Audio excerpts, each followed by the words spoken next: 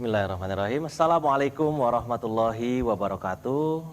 Selamat pagi, salam sejahtera, shalom, Om Swastiastu, Namo Buddhaya, salam kebajikan.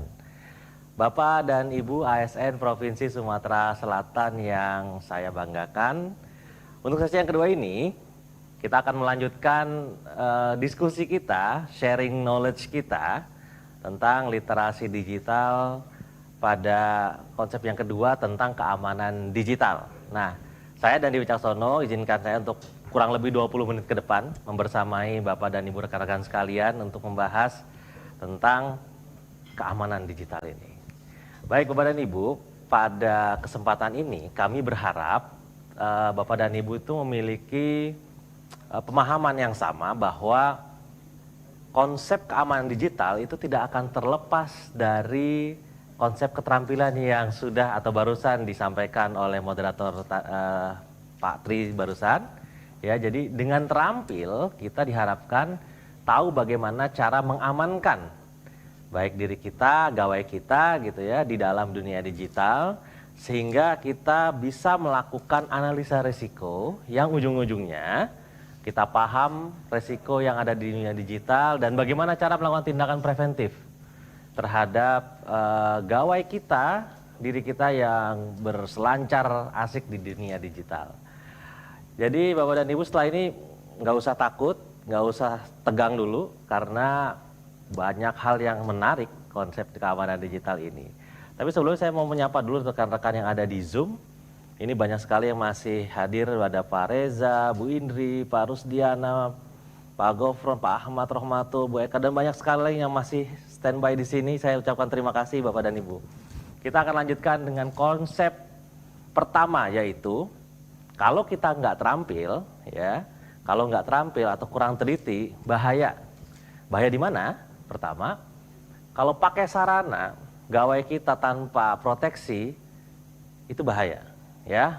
Pasti bahaya karena tidak ada pelindung atas gawai kita, atas data kita yang kita akses setiap hari, baik di smartphone, laptop, dan sebagainya, tanpa ada proteksi seperti antivirus maupun firewall. Yang kedua, bahaya kalau asal pasang app yang gratisan, ya. Bukan maksudnya harus yang berbayar, tapi setidaknya install aplikasi dari situs yang resmi, seperti Play Store atau App Store. Jangan download aplikasi-aplikasi yang kita nggak tahu.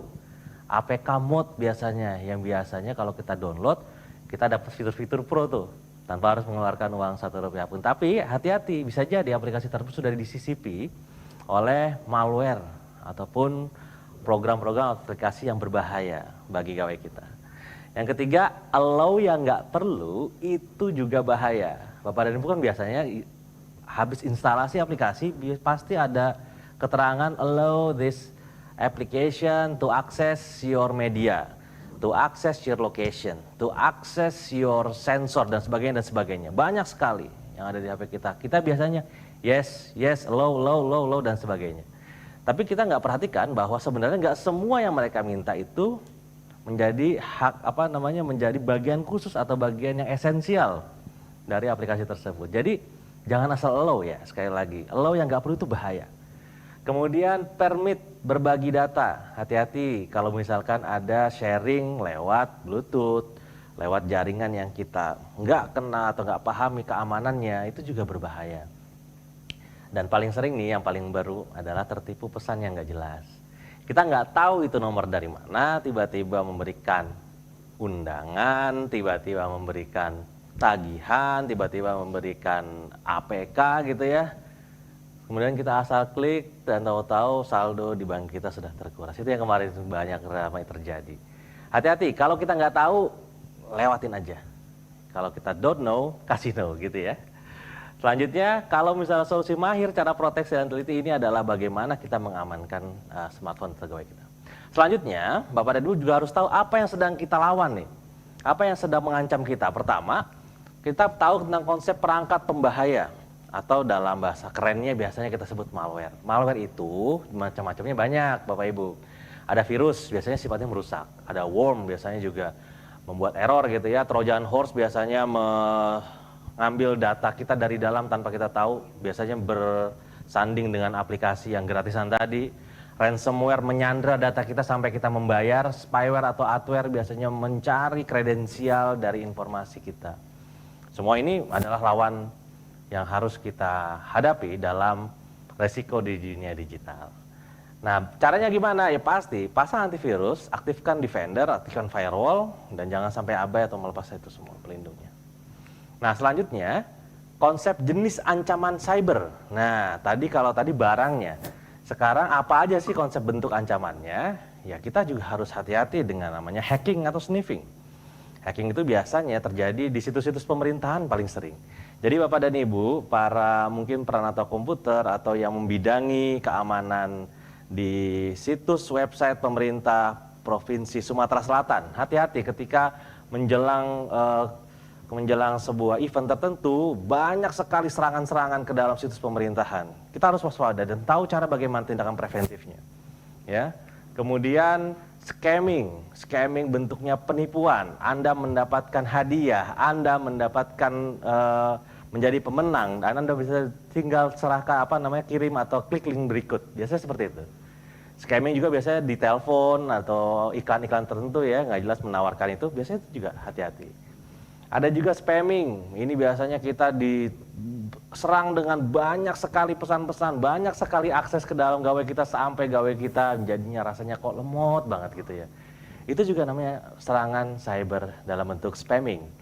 Ada juga farming, ya, phishing farming, ya ini konsep yang paling sering kita lihat ketika kita ditipu dalam bentuk penyamaran situs-situs yang mirip aspal ya, asli tapi palsu.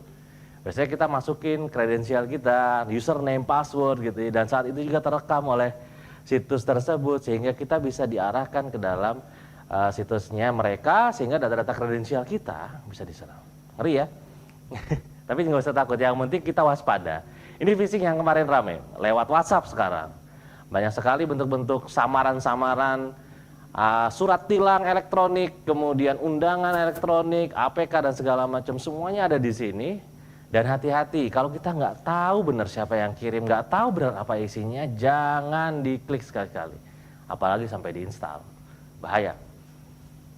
Nah, halo, nama Esi Haris. Esi sedang mencoba aplikasi ini. Kita lihat, gambar yang kanan dan kiri sebenarnya sama, hanya gambar. Tapi di bagian yang kiri, ya, ada bentuk orang yang mukanya bergerak dan ada suaranya, seperti video. Ini adalah konsep contoh serangan deepfake, bagaimana mereplikasi, merekonstruksi wajah dan bibir ya, sehingga seakan-akan gambarnya bergerak, gambarnya menjadi video yang berbicara. Padahal orangnya sama sekali tidak pernah melakukan hal itu. Yang paling serem yang ini. We're entering an era